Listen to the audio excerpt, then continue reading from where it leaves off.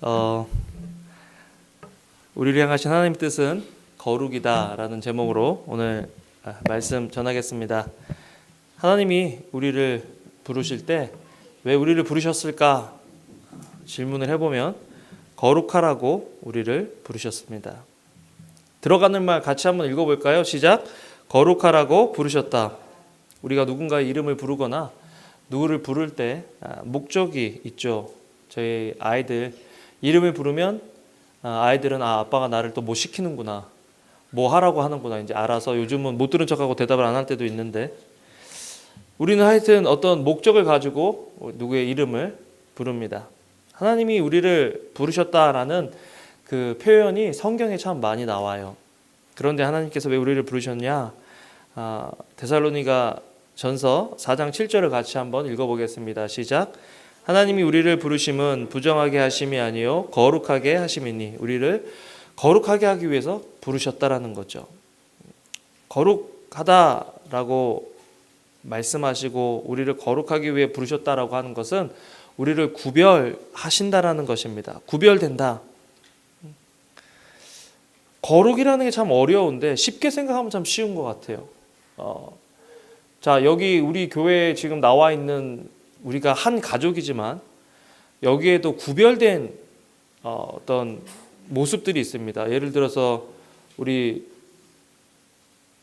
이니 자매님하고 또 우리 헤일리 이한이 가족이지만 여기는 여기 가족이죠, 그죠?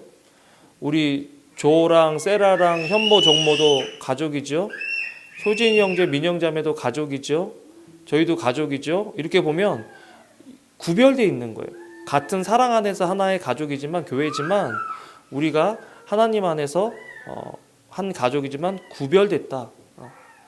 거룩이라는 것, 하나님께서 부르셨다라고 할 때 그 거룩이라는 것은 무엇을 행하는 또 어떤 일을 하는 것에도 어떤 의미가 있겠지만 사실은 누군가가 봤을 때 저 사람들은 지금 우리가 따로따로 이렇게 구별이 되는 것처럼 이 사람들이 구별이 됐다라는 것들을 알 수 있도록 그렇게 하기 위해서 하나님께서 부르셨다라는 거죠. 제가 학교 가서 수많은 아이들이 있는데 아이들이 농구장에서 농구를 하잖아요. 그때 제가 삼열이의 이름을 부릅니다. 삼열아. 그때 돌아보는 애가 누구 아들이에요? 제 아들이죠. 그게 거룩이다라는 것입니다. 세상에서 하나님께서 우리를 부르실 때 하나님의 부르심에 반응하는 것, 그것이 거룩이다라는 것이죠. 그런 의미에서 오늘 아침에 나온 저와 여러분들은 거룩한 사람들입니다. 왜? 하나님께서 우리를 부르셨고 하나님의 부르신 그 부르심에 우리가 응답했기 때문에 우리는 거룩한 사람이죠. 그런데 이 거룩이라는 이 단어가 카도시라는 그런 단어입니다. 카도시라는 단어인데 구약에 800회 정도가 나와요. 800회 정도가 이 거룩이라는 말과 관련돼서 이 카도시라는 단어가 800회 정도 나오는데, 저는 그렇게 생각해요. 거룩이다라는 것은 하나님께서 우리를 창조하신 그 최초의 모습이다라고 생각하면 좋을 것 같아요. 하나님께서 우리를 만드셨을 때 거룩한 모습으로 만드셨는데 죄가 들어와서 그 거룩의 모습이 없어진 거죠. 성경 말씀 중에 가장 힘든 말씀 중에 하나는 레위기 11장 45절 말씀입니다. 같이 한번 읽어보겠습니다. 시작. 나는 너희의 하나님이 되려고 너희를 애굽 땅에서 인도하여 낸 여호와라. 내가 거룩하니 너희도 거룩할지어다. 내가 거룩하니 너희도 거룩할지어다. 어려운 말인 것 같아요. 카도시라는 의미의 뜻은 정결하다, 깨끗하다라는 뜻도 있고, 또 구약이나 신약에서 우리가 거룩이라는 단어를 설명할 때 가장 많이 쓰는 단어인 구별되다라는 말이 있습니다. 구별되다. 하나님을 닮은 형상으로 거룩함의 속성을 가진 우리가 죄로 인해서 이 거룩함을, 구별됨을 잃었는데, 하나님께서는 내가 거룩하니 너도 거룩하다라는 말씀을 통해서 우리에게 무슨 정죄감을 주거나 우리를 부담 주려고 하시는 말씀이 아니라 우리가 잊어버린 것을 찾으라는 거예요. 잃어버린 것을 다시 되찾으라는 거죠. 우리가 진짜 누구인가를 알라라는 것입니다.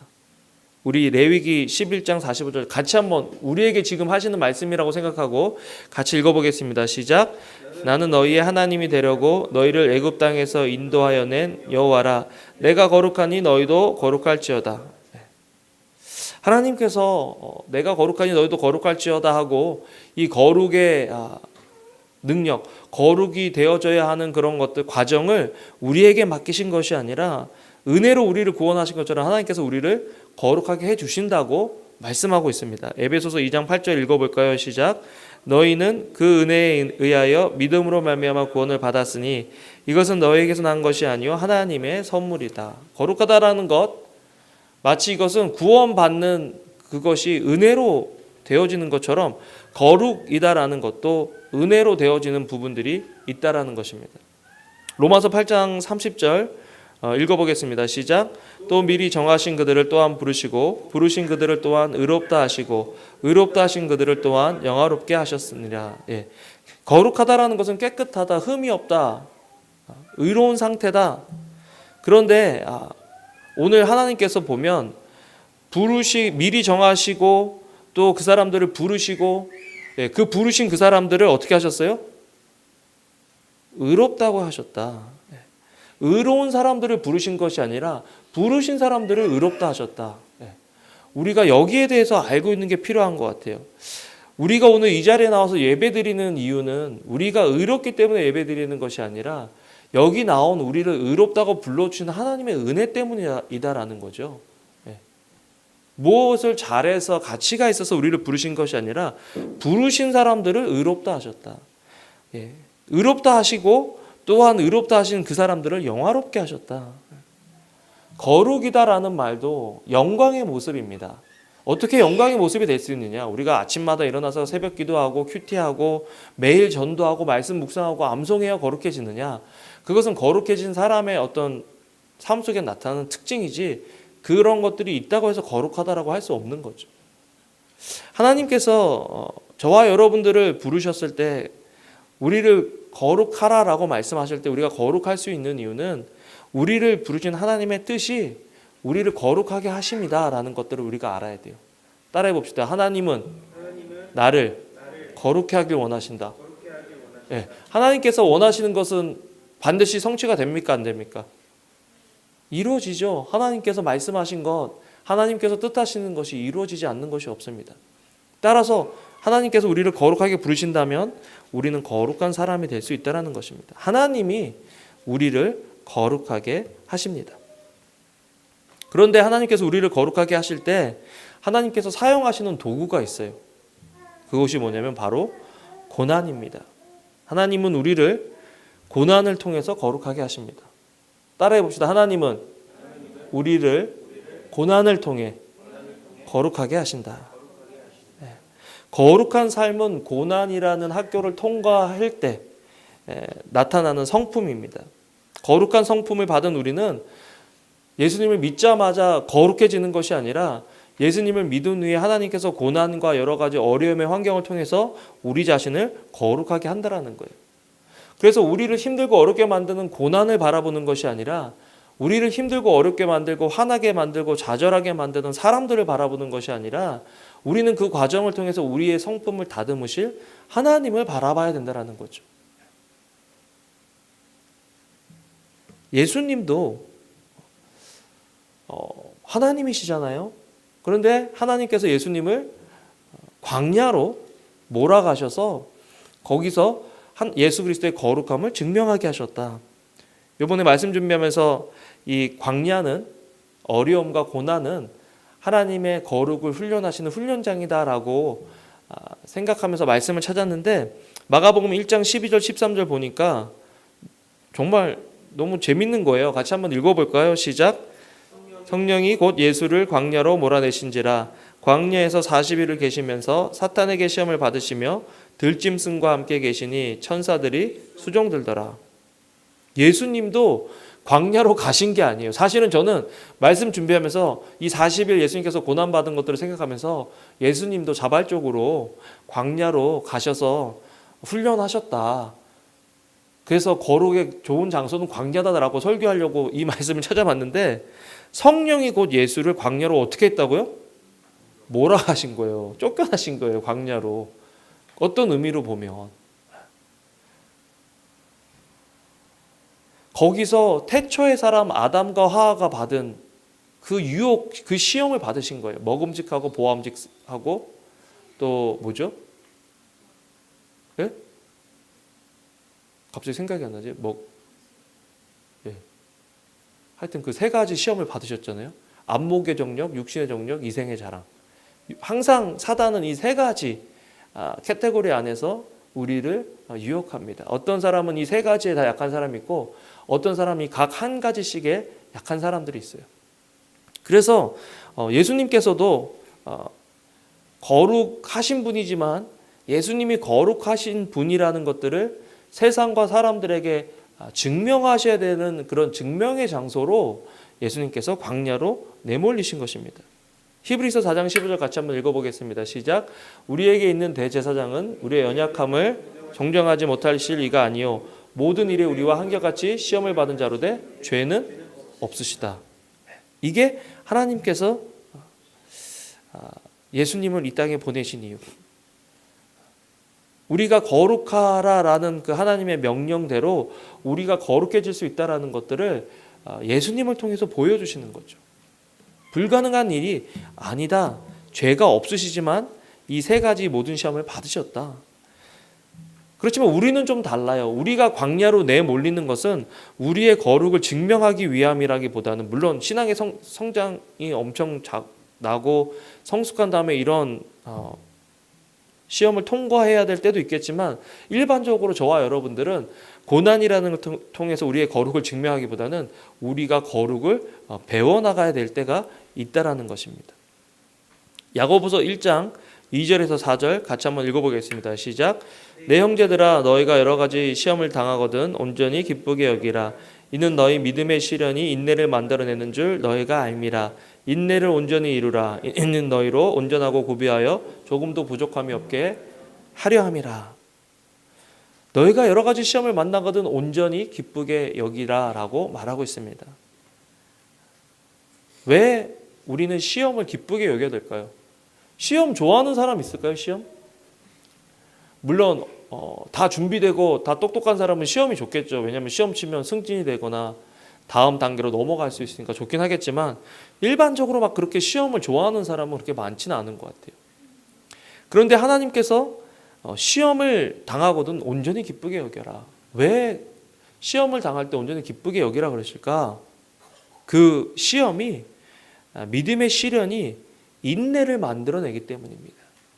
인내는 거룩한 성품에 나타나는 특징 중에 하나입니다. 인내를 온전히 이루라. 이는 너희로 온전하고 구비하여 조금도 부족함이 없게 한다. 거룩한 성품이 되게 한다. 온전한 사람이 되게 한다. 뭐가요? 시련이, 시험이. 여러분 우리 삶 속에 나타나는 어려움과 고난 기뻐하기 참 힘들죠. 이해 안 되는 일들 속에서 원망하기가 더 좋습니다. 그런데 성경은 그때 온전히 기쁘게 여기라 라고 말씀하고 있습니다. 왜? 고난이 우리를 거룩하게 해주기 때문에. 그런데 보면은 고난이 있다고 무조건 거룩해지는 건 아닙니다. 고난을 당한 사람이 무조건 거룩해지는 건 아니에요. 고난에 올바르게 반응한 그 사람이 거룩해집니다. 따라해 봅시다. 고난에 올바로 반응할 때 거룩해진다. 여러분 요즘 여러분 삶 속에 있는 어려움, 물질의 어려움, 건강의 어려움, 관계의 어려움, 여러 가지 어려움이 있을 수 있잖아요. 그 어려움 속에 여러분들 어떻게 반응하는지 한번 여러분들 보세요. 내가 화나고 짜증이 날 때 욕이 나오는지, 불평이 나오는지, 불만이 나오는지, 아니면 기뻐하고 감사하고 하나님의 뜻이 있을 거야 하며 인내하는지 그 고난에 반응하는 여러분들을 한번 점검해 보세요. 나는 어떤가? 고난이 나에게 주는 유익을 나는 얻고 있는가? 아니면 고난을 낭비하고 있는가? 여러분 어차피 당할 고난이라면 그 고난을 통해서 유익을 얻으면 좋잖아요. 그죠? 따라해 봅시다. 어차피 당할 고난이라면 고난을 낭비하지 말자. 네, 고난을 낭비하지 마세요. 하나님께서 고난을 통해서 우리에게 주시길 원하는 선물이 있다라는 거죠. 고난은 검은 보자기에 쌓여 있는 선물이다라고 어떤 사람이 표현했어요. 시꺼먼데 만지기 싫은데 풀기 싫은데 대면하기 싫은데 그 보자기를 풀고 열면 그 속에 축복이 담겨 있다라는 거죠. 그렇다면 어떻게 하는 게 고난에 올바로 반응하는 것인가? 지난주에 한 집사님을 만났어요. 그 집사님은 2016년도에 정말 어려운 일들이 많았어요. 사업을 하시는 분인데 사업이 너무 힘들어져가지고 직원들에게 월급을 못 주는 지경이 된 거예요. 한 20명 정도 남았는데 직원이. 그 직원들을 불러놓고 내가 지금 이런 소송도 걸려있고 어려움도 있어서 내가 봉급을 못 주는데 조금만 견뎌줄 수 있겠냐. 근데 이분이 평소에 직원들을 사랑하고 직원들을 우선으로 챙겨주고 하셨던 것들을 직원들이 다 알아서 참은 거예요. 같이 2, 3주를 월급 못 받으면서. 하루 벌어서 하루 먹고 사는 사람들인데 그렇게 버텨준 거예요.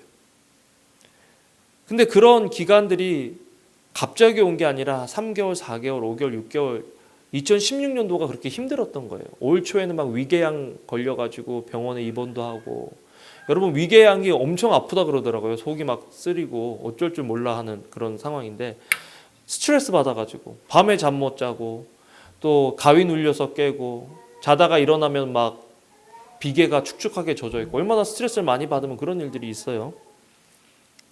그런데 그 집사님이 하시는 말, 목사님 저 올해 이런 과정을 통해서 저 습관이 하나 생겼어요. 그래서 뭐예요? 그랬더니 이제는 웬만하면 무슨 일이 있으면 무조건 기도한대요. 내가 어떻게 할 수 없는 일들이 일어나니까 밤에 아무리 고민을 하고 머리를 굴리고 식은땀을 흘려봐도 상황이 변화되지 않으니까 이전에는 내가 잘해서 회사가 큰 줄 알았는데 이제 그 회사가 내가 월급을 지급할 수 없을 정도의 사강까지 이르다 보니까 야 이건 내가 할 수 있는 일이 아니구나라고 온전히 내 자신을 놓다 보니까 그 다음부터 어떻게 돼요? 하나님을 찾게 되더라는 거예요. 야 이거는 하나님이 아니면 안 된다. 이거는 하나님이 하셔야 된다.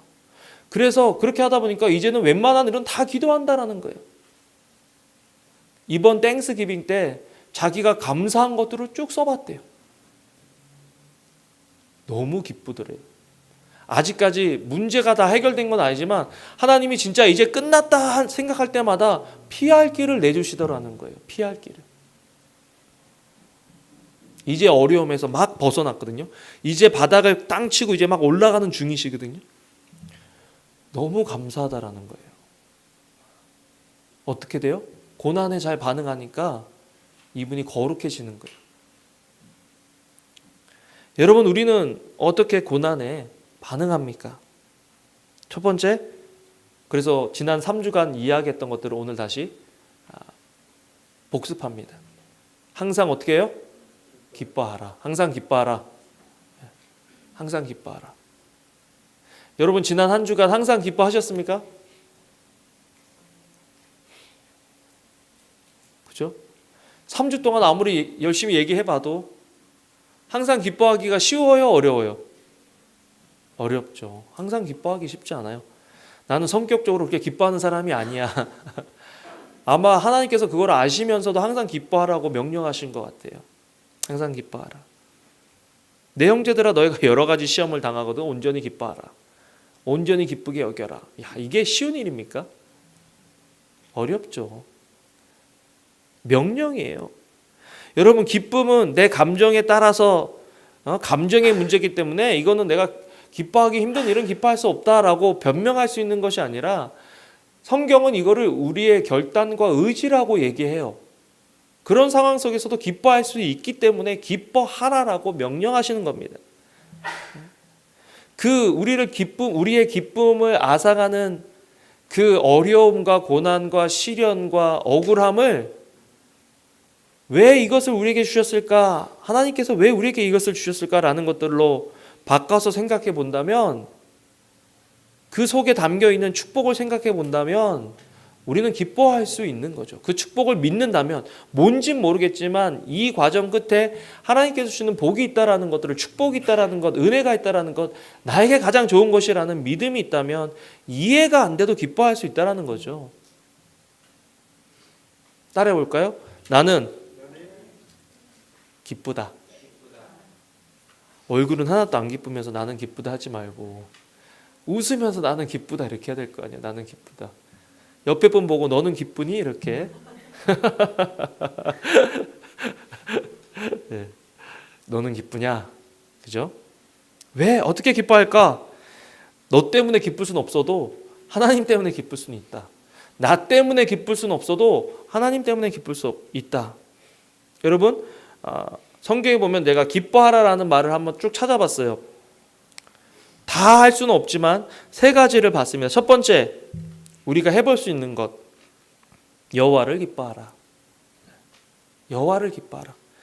남편을 기뻐하고 아내를 기뻐하고 자녀를 기뻐하고 승진을 기뻐하고 천불 만불 10만불을 기뻐하고 내가 원하고 소원하던 것도 이루어지는 것 기뻐할 수 있습니다. 그런데 그런 것들은 사라져요. 그리고 그런 것들은 기쁨을 줄 때보다 화나고 열받게 할 때가 많아요. 우리가 잊어버린 거지. 기쁨을 주는 그 기쁨이 더 커서 우리를 화나게 하고 힘들게 하고 어렵게 하는 것들을 잠깐 잊어서 그렇지.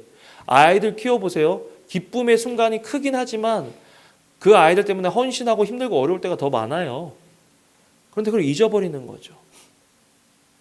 그런데 여호와를 기뻐하면 여호와는 변하지 않기 때문에 여호와 하나님 때문에 항상 기뻐할 수 있다는 거예요. 또 여호와를 기뻐하라. 시편 37편 4편 같이 읽어보겠습니다. 시작.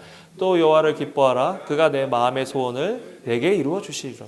또 여호와를 기뻐하라. 그가 내 마음의 소원을 이루어 주시리로다.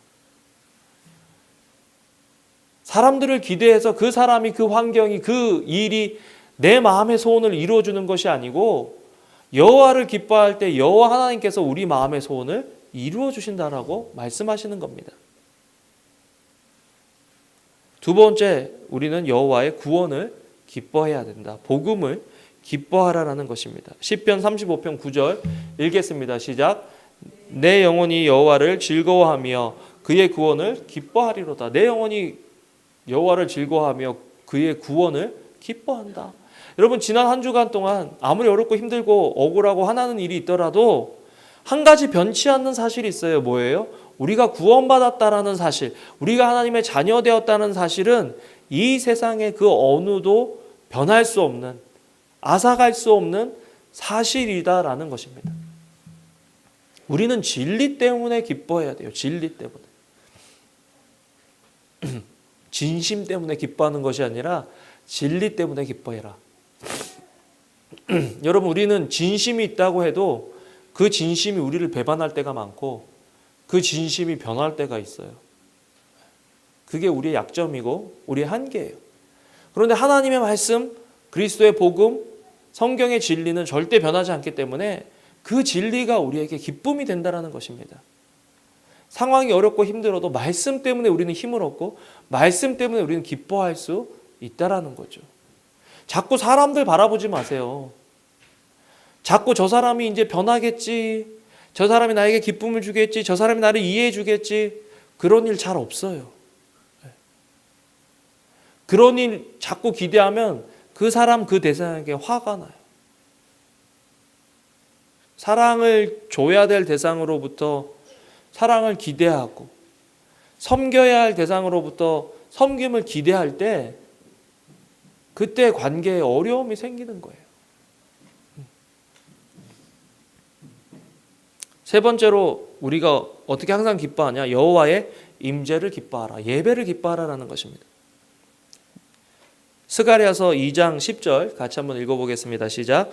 여호와의 말씀에 시온에 따라 노래하고 기뻐하라. 이는 내가 와서 내 가운데에 머물 것임이니라. 기뻐하는 이유가 내가 와서 내 가운데 머문다. 여호와 하나님의 임재로 기뻐하느냐. 임재라는 것, 어떤 내가 좋아하고 내가 사랑하는 사람 만나면 눈물이 나고 마음이 평안해지고 기쁜 것처럼 이 예배는 하나님이 임재하시는 것이다. 교회가 왜 거룩하냐? 예배당이 있고 스테인글라스가 있고 이렇게 멋진 등이 있기 때문에 이 예배당이 거룩한 것이 아니라 하나님이 계시기 때문에 이곳이 거룩한 곳이다. 하나님이 계시기 때문에 이 시간이 거룩한 시간이다. 하나님이 우리 속에 계시기 때문에 우리가 거룩한 사람이고 우리 몸이 거룩한 장소가 된다라는 거죠. 두 번째로 고난에 잘 반응하려면 쉬지 말고 기도하라. 야고보서 5장 13절 같이 한번 읽어보겠습니다. 시작. 너희 중에 고난당하는 자가 있느냐 그는 기도할 것이요 즐거워하는 자가 있느냐 그는 찬송할지라. 너희 중에 고난당하는 자가 있느냐 그는 뭐 하라고요? 기도해라. 고난당할 때 원망하지 말고, 마음이 힘들고 어려울 때 불평하지 말고, 상황이 어렵고 내 뜻대로 안 되고 계획대로 안 될 때 두려워하지 말고 어떻게 반응하라고요? 기도해라. 전에도 기도했는데 안 됐다. 될 때까지 기도하라. 될 때까지. 사실 고난 중에 기도하는 것은 형통할 때 기도하는 것보다 쉬운 것 같아요. 형통할 때 참 기도 안 하죠, 우리는. 어렵고 힘들면 어쩔 수 없이 찾아요, 하나님을. 근데 쉬지 말고 기도하라라는 것이 어려운 이유 중에 하나는 오히려 잘 될 때 기도가 안 된다는 거예요.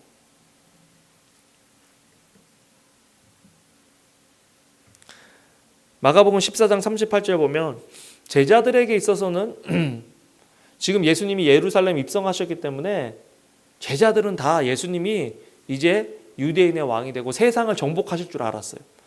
그래서 육신적인 눈으로 보면 지금 제자들에게는 기도할 이유가 없어.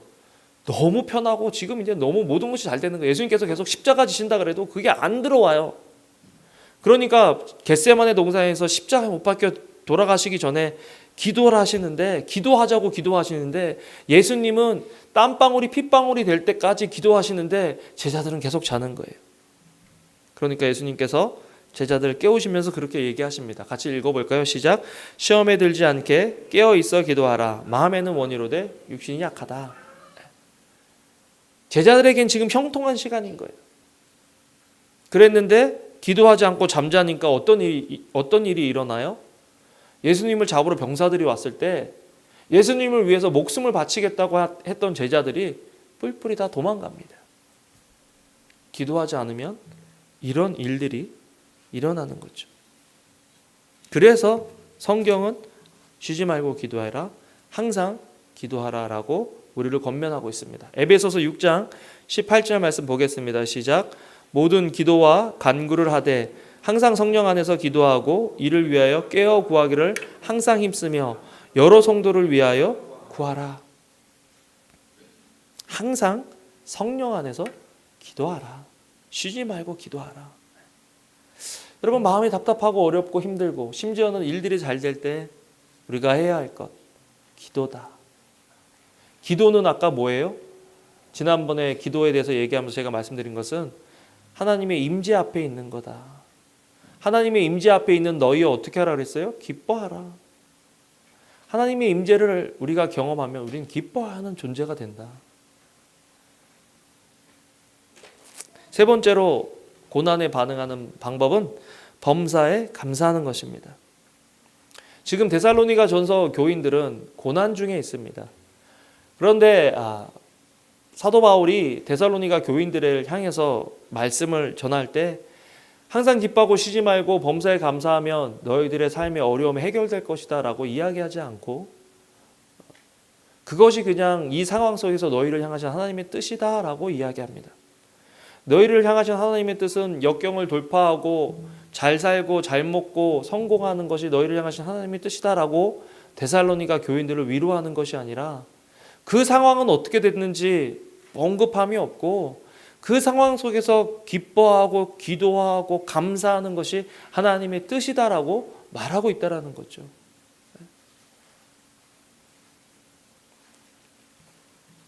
여러분, 우리가 처해 있는 상황, 우리가 처해 있는 상태는 다 하나님이 허락하신 거다. 옆에 분 보면서 이렇게 얘기할까요? 이 사람은 하나님이 허락한 당신은 하나님이 허락하신 사람입니다. 그러면 옆에 분으로 그렇게 얘기하면 되죠. 네가 원했잖아 이렇게. 그죠? 당신이 원해놓고 그죠? 둘 중에 하나가 더 원했을 수도 있지만 우리의 선택까지도 하나님께서 허락하신 거죠. 잘못된 선택이다? 후회해도 늦었습니다. 하나님께서는 왜 그러면 우리가 잘못된 선택을 하도록 하셨느냐? 그 잘못된 선택을 통해서 나를 거룩하게 만들기 위해서. 내 뜻대로 되는 것이 아니라 하나님 뜻대로 되는 거예요. 우리가 어떤 선택을 할 때 그렇잖아요. 이게 잘된 선택인지 잘못된 선택인지 헷갈릴 때가 있잖아요. 기도해보고 말씀을 안 해주시면 저는 제가 하고 싶은 대로 선택을 해봐요. 선택의 기준은 있어요. 좁은 길이냐, 저는 개인적으로 좁은 길이냐, 사람들이 하기 싫어하는 일이냐 그러면 해요. 그런데도 잘못된 선택을 할 수 있어요. 그렇지만 내 동기가 하나님을 향한 동기였다면 하나님께서 그것을 올바르게 만들어주시고, 심지어는 내 동기가 선택을 할 때 내 동기가 잘못된 동기였을지라도 하나님께서 내 마음속에 하나님을 사랑하는 마음이 들고 하나님을 위해서 일하고 싶은 마음이 들 때 그것들을 선한 것으로 바꿔주세요. 시간이 걸려서 그렇지. 하나님을 사랑하는 자 곧 그 뜻대로 부르심을 입은 모든 자들에게는 모든 것이 합력해서 선을 이룬다. 그러면 모든 것이 합력해서 선을 이루는 것이 내가 원하는 선이냐 아니라는 거예요. 하나님이 원하시는 선이에요. 내가 원하는 때에 선이 이루어지느냐, 내가 원하는 때가 아니라 하나님이 원하시는 때에 그 선이 이루어지는 거예요. 그래야 인내할 수 있고, 그래야 어떤 상황 속에서도 기뻐하고 기도하고 감사할 수 있는 거죠. 그렇다면 뭐를 감사하느냐? 첫 번째, 하나님과의 관계를 감사하라. 시편 118편 21절 읽어보겠습니다. 시작. 주께서 내게 응답하시고 나의 구원이 되셨으니 내가 주께 감사하리이다. 주님께 감사한다. 주님과의 관계에 감사해야 됩니다. 감사라는 게 쉬운 것 같은데 의외로 감사하라 그러면, 하나님한테 감사해보라 그러면 사람들이 머뭇머뭇거리는 사람들이 참 많아요. 우리 청년부 있을 때도 감사한 거 3개만 얘기하라 그러면 막 죽을라 그래요. 처음에 훈련이 안 된 사람들은. 내 의식이 훈련되지 않은 사람은 감사가 안 됩니다. 감사하려면 훈련해야 돼요. 감사를 깨닫는 사람이 복된 사람이에요. 내가 누군가에게 감사할 수 있는 대상이 있다는 것들을 아는 사람은 행복한 사람입니다. 여러분 연말에 크리스마스 카드 좀 보내세요. 그리고 감사하다라고 하세요. 굉장히 중요해요. 감사는 그 사람이 나를 향한 사랑이 더 커지도록 만들어요. 말로 때우지 말고, 부부들도 그냥 감사하다고 한번 크리스마스 카드를 한번 적어보세요.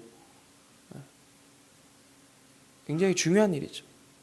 이렇게 말했으니 또 나도 보내야 되겠네. 그죠? 두 번째, 하나님의 말씀에 감사해라. 시편 119편 62절 읽어보겠습니다. 시작. 내가 주의 의로운 규례들로 말미암아 밤중에 일어나 주께 감사하리다. 여러분 얼마나 감사했으면 밤중에 일어나서 감사합니까? 걱정이 돼서 밤에 잠을 깨는 게 좋아요? 아니면 감사해서 밤에 잠을 깨는 게 좋아요? 감사해서 밤에 잠을 깨는 게 좋죠. 차라리 밤에 잠을 깨야 된다면 감사함으로 잠을 깨세요. 야 하나님, 오늘 내가 눈을 떠서 감사합니다. 야 하나님, 내가 누군가를 위해서 기도할 수 있으니 감사합니다. 야 하나님, 나에게 베풀어 주신 것이 있어서 감사합니다. 야 하나님, 아직도 나에게 이것이 남아 있어서 감사합니다. 하나님이 나에게 계셔 주셔서, 하나님이 나를 이해하시고 하나님이 내 편이시라서 감사합니다. 감사할 수 있어야 돼요. 세 번째, 무엇을 감사하느냐? 하나님의 구원을 감사하라. 시편 18편 48절 49절 읽겠습니다. 시작. 주께서 나를 내 원수들에게서 구조하시니 주께서 나를 대적하는 자들의 위에 나를 높이 드시고 나를 포악한 자에게서 건지시나이다. 여호와여 이름으로 내가 이방 나라들 중에서 주께 감사하며 주의 이름을 찬송한다. 여러분, 감사와 찬송은 내 마음속으로만 갖고 있어야 되는 것이 아니라 퍼블릭한 거예요. 감사와 찬송은 사람들 앞에서 할 때 그것이 찬양이 되고 영광이, 하나님께 영광이 되는 거죠. 감사한 삶을 사느냐. 말씀을 맺겠습니다. 여러분, 우리 하나님의 부르심에 합당한 삶을 삽시다. 하나님이 우리를 뭐 하라고 부르셨다고요? 거룩하라라고 부르셨습니다. 거룩은 킹덤, 하나님 나라의 문화예요. 이 세상의 문화는 공격하고 깎아내리고 끌어내리는 것이 이 세상의 문화라면 하나님 나라의 문화는 세워주는 문화입니다. 감사해야 하고 기뻐하고 또 격려하고 위로하는 것이 하나님 나라의 문화입니다. 벨리 생명의 교회에 어떤 문화가 정착이 되어야 되느냐? 기뻐하고 감사하는 문화, 기도하고 예배하는 문화가 되어야 한다는 거죠. 목장 모임에서 또 개인적인 친분 있는 사람들과의 교제 가운데 우리가 해야 될 것은 감사가 되어야 된다는 거예요. 여러분, 누가 한 명 마음 먹고 내 삶 속에 들어와서 영적인 것이든 사회적인 것이든 성품적인 것이든 하나 꼬투리 잡으려고 계속 집요하게 물고 늘어져 보세요. 안 넘어가는 사람 없습니다. 다 거기에 걸려 넘어져요. 잘못된 것을 숨기라는 게 아니라 그런 마음으로 살지 말고 기뻐하고 감사하는 마음으로 살라라는 거예요. 그러기에도 인생은 짧다.